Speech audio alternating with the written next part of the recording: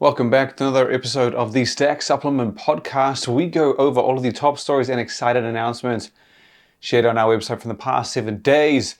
We did announce today the winner of our grand prize, our massive Arnold Expo experience. And we want to give a big shout out to everyone that took time to enter, that whether it was through the Phorm, whether it was through social media. We appreciate everything that everyone put in terms of entries and time. And yeah, big thank you to everyone who was in there. And the prize winner was announced today. We put the name out there. Her name is Lauren Moy. Moy, I think is how you pronounce it. So she has taken home the return trip and the accommodation to the Arnold Sports Festival, Arnold Expo, happening in 5 weeks. It was, as I've mentioned before, we always wanted to spread the word and help get more people and more everything to the event and share it with everyone. And this was kind of the, I don't know, I think it was just the best solution really to give away someone a trip from anywhere in the US. And it was just a good way to share that experience. And yeah, welcome to the show. And so we'll look forward to anyone who else who makes it out there. Be sure to stop by the Stack Pavilion, which is, I think is one shy of being packed out. We had a last minute dropout, but we are still pretty sure we're going to fill it out at least as much as we did last year. And so yeah, be sure to come by and check it out. I'll be there most of the time on the floor, making sure everyone's okay, everything's handled, and if there are any issues. But moving on to the core purpose of the Stacked podcast, we have the biggest news from the last week. And I will admit, I said this last time, but I think last week was even worse in terms of just how many stories we had to share. I was at ends each day last week, and we're going to kick things off with news out of, I think we'll go with Bodyarmor. So Bodyarmor, obviously the legendary, or not legendary, but iconic, widely available, long-running sports drink company, hydration beverage brand.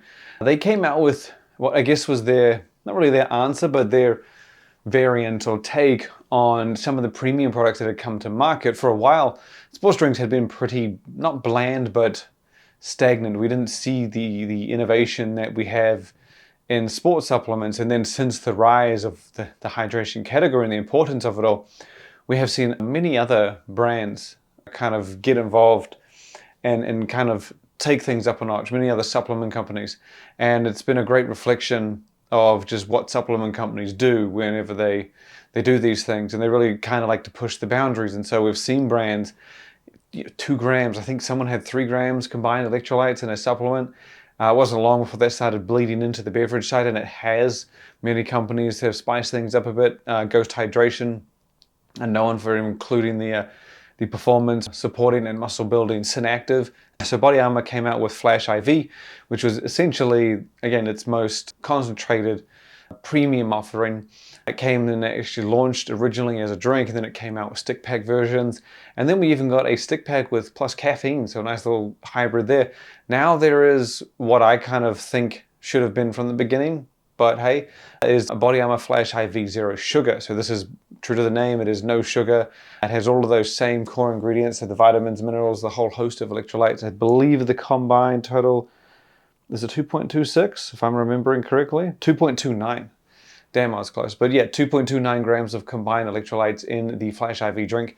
The Flash IV Zero Sugar has that same amount, just without any sugar. And it's not a huge amount. I will say there are a lot out there that really push the boundaries, very similar to energy drinks.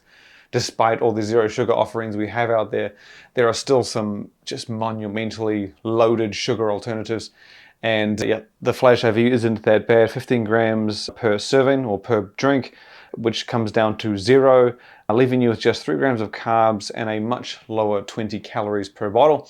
And at the moment, it's available in just the one flavor in lemon and lime. But as with anything in any game, if it does well, I'm sure they're going to give back to it by way of more flavors, maybe even bigger sizes, smaller sizes, who knows.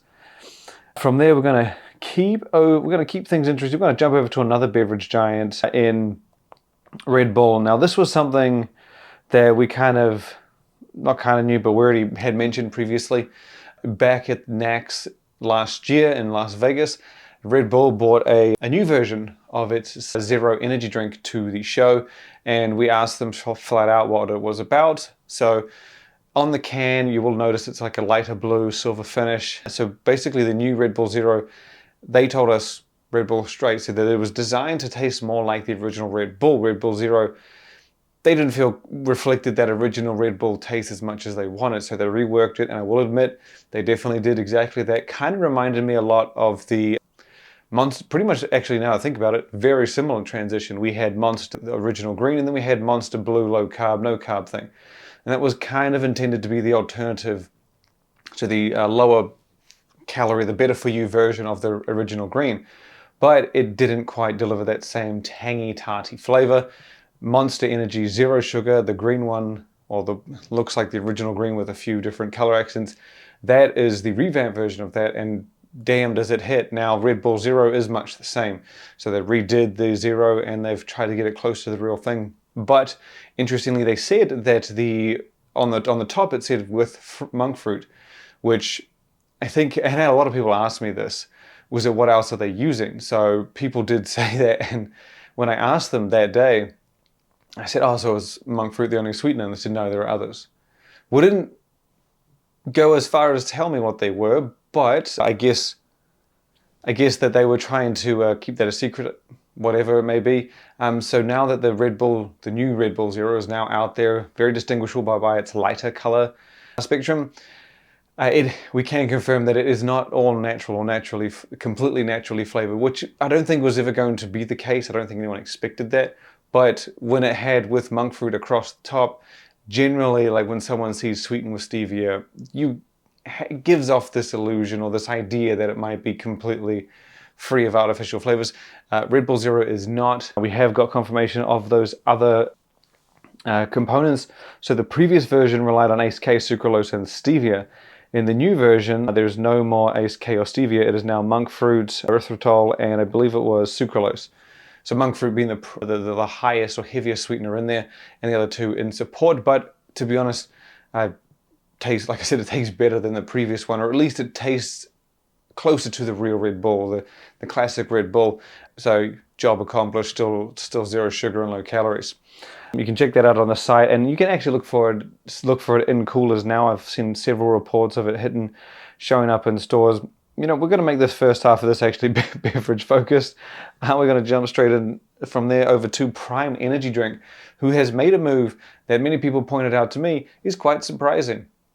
I kind of not too surprised, but I guess we don't see it all that often. So if you didn't catch it, the Prime beverage brand from KSI and Logan Paul, they are coming out with a 16-ounce version of their Prime Energy Drink. Now, this is the second beverage that they launched. I know there was, not for me, but I know there were a lot of people confused in the world.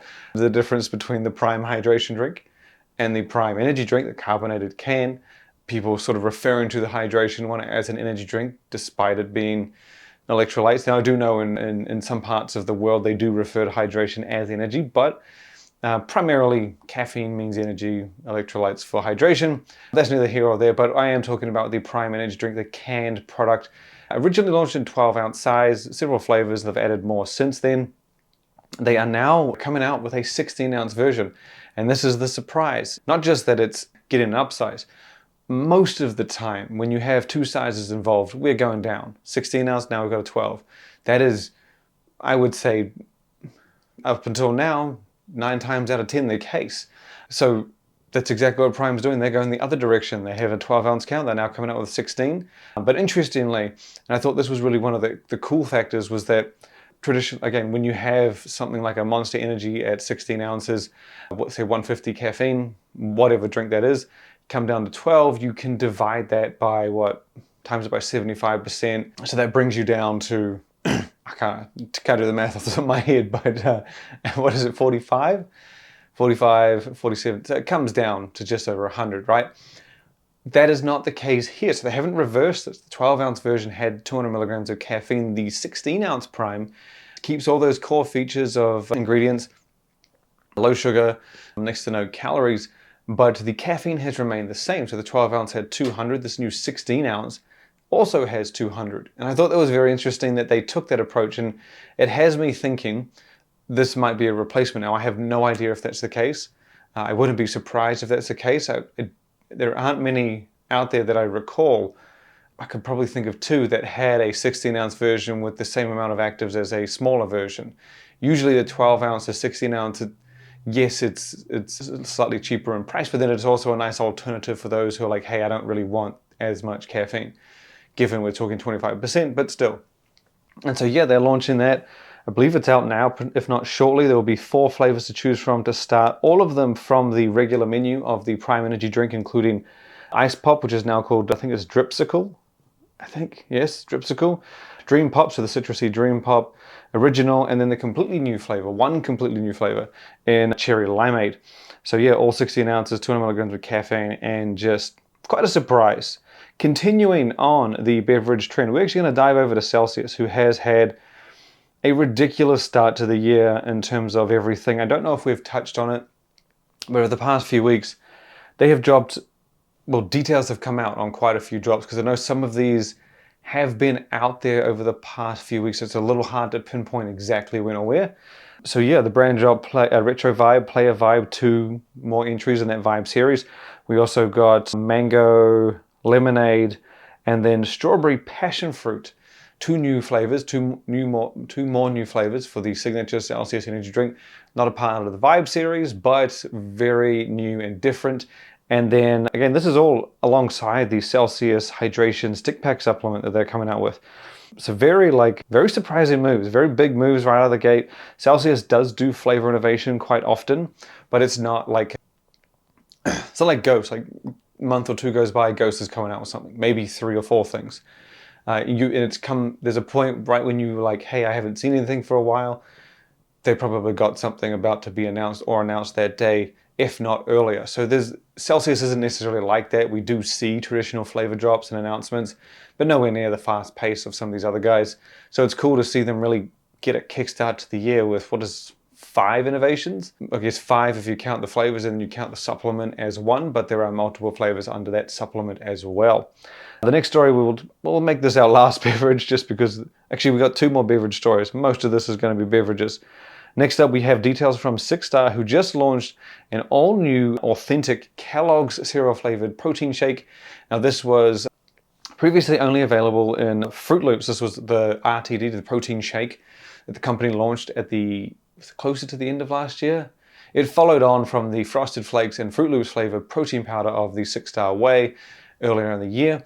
And it was basically just, a protein RTD version, or similarly flavored Fruit Loops product. Now they've done another Kellogg's cereal, got together once again with Kellogg's, and they've taken inspiration this time from Cocoa Krispies, another iconic Kellogg's cereal, and now you can get it in the protein RTD. So I think it's interesting that they actually did this cereal. As mentioned, Fruit Loops was the only flavor previously available for the Six Star protein shake, and it was something that you could have already got for the protein powder alongside Frosted Flakes. This new one, Cocoa Krispies, that's not available for the protein powder. So this is a very new innovation, and I think it's a great sign that we are going to be seeing more Kellogg's collaborations from the company. The Fruit Loops and Frosted Flakes was a big deal. It was probably one of the most popular collabs we'd seen in a while. And yeah, so they're extending on it pretty quickly, so be on the lookout for more later this year. The last beverage story we have, and I am rushing through because there was just, as I mentioned, a monumental amount of developments. The next one we have is actually a bit of an announcement about B2B side stuff.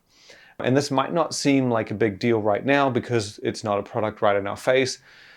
However, Anheuser-Busch, who was the company that Ghost originally teamed up with to make Ghost Energy, they have teamed up with Phorm. Now, it's a little bit difficult to understand what it is that's going to happen. So Phorm has basically crafted a deal with Anheuser-Busch to create innovation in the energy drink space as well as other functional beverages. Now, these words and statements are very vague, very applicable.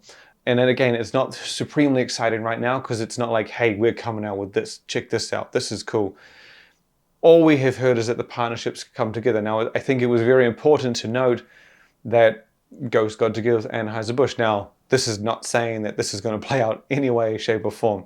Phorm is not Ghost. I think you could have partnered Ghost with a lot of individuals and other people, and that's what they do. They are incredible at innovation, creativity, and just impact in categories.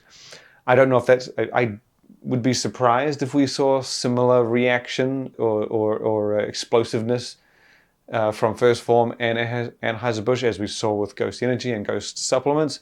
But those two have got together, First Phorm and Anheuser-Busch, and they're coming out again with some beverage innovation. They pointed out energy category, but then the other reference to other beverages kind of left the door open for really anything. Maybe a sports drink, maybe a protein shake, who knows. But First Phorm's in the mix, so you can probably assume it's going to be very relevant to what they do, which is supplements. And they do pretty reasonably good supplements, so I would imagine whatever drinks we get are gonna have some solid formulas. So we will have to wait and see to be sure on that, but it's a partnership nonetheless. It's been announced. Interestingly, Dana White, UFC president, I thought it was really interesting this was thrown in there, that, hey, yeah, Anheuser-Busch, First Phorm, big deal, right? Big effing deal. And then further down the line, oh yeah, Dana White's going to be bringing his brand building skills and awareness to the deal. And I was like, Jesus, didn't see this deal coming, let alone that infusion. So I'm not sure if that's going to mean like, hey, First Phorm's promoting whatever they come up with, Anheuser-Busch with Dana White, like, hey, drink this type thing. Who knows where it's going to go, but it's in the works.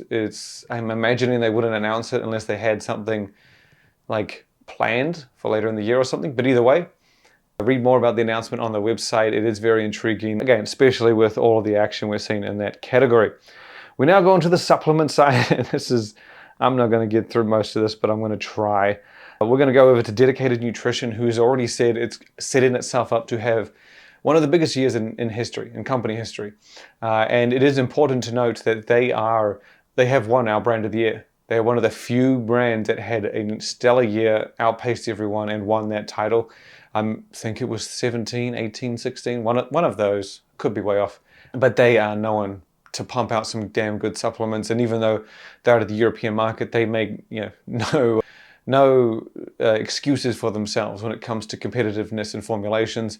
And they are still the maker of what is my favorite pre-workout of all time, and Unstoppable, the original, was a beast. And the funny thing is that you always have this in the back of your mind, like, oh, I'm just remembering that because that was, that's what it was back in the day. And I hold it in such high regard because I haven't had it in a while. And so it might be better than you thought it was at the time. But I tell you what, I had an expired serving last year, and holy shit, it is still my damn best. And we did have to shout out Lucas at Prometheus and Lars, but we did have to have a little bit more and just get the chisel out. But Jesus Christ, that thing delivered. Still far better than I would have expected, and as gold as I remembered. But they are having one hell of a year. And over the past week or so, they have announced all of the innovations that they're rolling out in the first quarter. And it's no joke. So just running it off. In the next couple of weeks, I believe it is, we have anti-catabol, which is an anti-cortisol and basically anti-catabolic, anti-cortisol supplement. Testobol, which I believe is going to be a natural testosterone booster. It's promoted as like a natural anabolic. There's also going to be True Power, which is said to be a supplement specifically for creatine non-responders, which I thought was an intriguing description, because I'm seeing a lot of supplements, but I was curious whether this means like, is this a creatine with a different angle? Or is this something that you can have in place of creatine and get similar benefits? I don't know. And I know someone's going to tell me, but I like the surprise. There's also a weight loss supplement called LipoBol, and we also know that there is going to be a new version of the Unstoppable pre-workout. I don't know if that's coming in that first wave, but there's 5 supplements announced in the last 2 weeks, and Dedicated is dropping it within the next couple of weeks, all leading up to FIBO. And that's not where it's stopping. From what I know, there is plenty more in store, and we are going to be sharing it all on the website. So of course, keep up to date with everything there. You can actually look at all of those previews of those upcoming supplements over on the site. Just type in Dedicated and you will get a full run over of all of them. We're now going to shoot over to Jym, who we're actually going to we'll finish off with 3 stories. Before I get to Jym, I'll go to the FDA news story. And this was an interesting one. It didn't necessarily apply to supplements, but I felt it applied enough to share. So the FDA has, well, I guess you could say, was the word that we actually used, proposed a mandatory label that sits on the front of your supplements or food products. So supplements would apply. And basically it calls out key factors such as like added sugar, fats, and what was the other one? Saturated fat, sodium. So yeah, added sugar, saturated fats, and sodium. And it's proposed to go on the front. Now I think this is pretty cool because so there are similar things in other parts of the world. I say cool, that's probably not the right word. It's interesting. There are similar things in other parts of the world where you'll get like, hey, warning, high sugar, or whatever it may be. And it's a great way to communicate to someone who might not know. Now, yes, people who are listening to this, no supplements, no protein, whatever, you don't really give a shit. But to people who might be getting into the world of protein powder, right, they go to look at all their foods that they think are healthy, and then they see high added sugar, high saturated fat. You go to a protein powder, zeros out, low, low, low. Holy shit. Like, it's a very quick way to communicate to someone, this is good. And it saves them from having to turn around. I know a lot of people, a lot of gym bros commented, I'm a gym bro myself and I understand it, like, hey, turn it around. But to a lot of people, you still don't necessarily know what it means. Like, a lot of people will turn it around and say, yay, okay, 50 grams of protein, like, what is that? I guess if you ask, how fast does a rocket need to be to get into space? If it needs to be 1,000, whatever, like, I'm not going to know. But if the number sounds cool, right? If you just said this is sufficient, okay, cool, that rocket's all good. Very similar to this situation, not very similar, but you can get my point. You can communicate to someone who doesn't know if this is good. And so the idea is that, yeah, it would say added sugar, saturated fat, sodium, and that would give you a descriptor. So it would be low, medium, or high. Now, I don't know what that classifies as. Like, is low still 10 grams added sugar? Is high, like, whatever that means? And so it would be mandatory to go on the front. I believe they said upper third, or I believe it was upper third, and it was a set size. So it would be similar size to a facts panel on the back. They had a minimum point size, but similar to this facts panel on the back, so not huge, but scalable. So a facts panel on a gainer is not the same as a capsule bottle, and you'd get that on a front of the label, and you could see, yeah, added sugar, low, medium, high, saturated fat, low, medium, high, and sodium, low, medium, high. And I thought it was great for regular consumers. Again, not us, but in saying that, I think hardcore supplement users that already don't pay fuck all attention to the front anyway, excuse my language, and they turn it around. So they're already probably going to be like, yeah, oh cool, chocolate, turn it around. Like 5 pounds, $50, sweet. How many servings, how much protein per serve. So I think it's a great thing that will apply to a lot of mainstream people. And if anything, it will help things like protein powders, right? Yes, it's going to be something that goes on the front if it's accepted as a proposal. But, you know, it's going to be passed with flying colors. Like, a protein powder will say low, low, low. Added sugar in a protein powder, maybe a gram. I would have to assume that's the low qualifier. Saturated fats, most would probably say similar, low. I don't know if there's a none, and I would be very curious if there was 0. Do you even have to put it on there? I thought that would be very cool, like, and it would, like, a nice distinguisher for even between protein powders. Like, hey, we've just got sodium, low. There may even be a protein powder that gets away with nothing because it doesn't even apply. But so yeah, very interesting. You can check out the details on the website. We kind of went through as best as we could, but it was, again, it's a very interesting development and could be quite impacting if it goes through, as it is for foods. So it's not necessarily supplement related. Like, you won't see it on your pre-workout, I guess, unless there's no sodium in there. But protein powders would have it, mass gainers and stuff like that. And then pretty much every food, I guess, would be the other applicator. So yeah, check that out on the site. And the last 2 stories we have, pre-workout related. We're going to move to the gym story, as they have previewed a new pre-workout called Jym Plus. It is going to be available at GNC very shortly.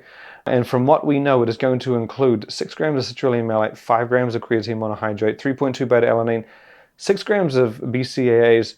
So very, very classic gym features. And then in addition to that, it looks like it says 600 milligrams of KSM. Now, I don't know if that's absolutely correct. I think it says KSM. I'm not sure. But the name Jym Plus, we don't really have there's no description with this. I'm not sure if this is going to be like a cost-effective pre-workout, because obviously we have the mainstream pre-gym, the premium Jym X. They don't have something on the lower end just yet. But then if it does say KSM, if I'm correct in reading KSM, it might not be, it might be, who knows. That would also fit. This could be a hybrid testosterone boosting pre-workout. That could make plenty of sense. You have the plus in the name, Jym Plus test, or testosterone, and that could be fitting. I realistically have as much idea as you do based on the ingredients. No one's told me shit. I saw the picture, thought it was worth sharing, so yeah, check it out on the site for a nice little preview. And the last story we have to go to is very similar to that one. Redcon 1 has also previewed an all-new supplement has coming down the pipeline for the saturated pre-workout category, and it is called TotalWar Reloaded. Now, we don't know a huge amount, if anything, about the point of difference in this. They have made it clear this is not replacing TotalWar, so I guess very similar to TotalWar Black Ops. Initially, I thought this was going to be like a step between Black Ops and TotalWar, maybe a premium TotalWar without that fat burning infusion, which you get in Black Ops. Now I'm a little bit unsure, curious. So from what we know, TotalWar Reloaded has 250 milligrams of caffeine, 3.3 beta-alanine, 5 grams of creatine, 6 grams of straight citrulline, and then 600 milligrams of carnitine. Now it was right up until the carnitine that I was like, okay, this is going to be like that premium all pre-workout, no other ingredients like we got with Black Ops. Then the carnitine was thrown in, then I was kind of thrown for a loop. Now I'm thinking this might be a replacement for Black Ops. And that would make more sense with the carnitine in there. Because yes, TotalWar Black Ops had, I think it was GBB and maybe Grains of Paradise. So here we've got some solid pre-workout ingredients, enough to justify it as a premium pre and get that the Black Ops like price tag. And then we have carnitine in the mix. So I'm not entirely sure where that's going to land price-wise. We'll have more details shortly. But yeah, you can join the website and check it out. Get a first-hand look of everything. There are three flavors coming. I do believe it'll be out shortly because they have the preview done and formula details are somewhat out there. But we'll be sure to share any updates as soon as they come in on the website as always. But for this episode, that is it. I'd like to thank everyone for listening, tuning in, catching up. Be sure to share the website with your mom, dad, brother, sister, friends, family. Check it every day. Sign up to the email list, sign up to the rewards program, sign up to absolutely everything. Follow on social. That's all we ask, is just you stay informed and don't miss a beat in the supplement game. And for this week's episode, thank you. Look forward to having you back next time.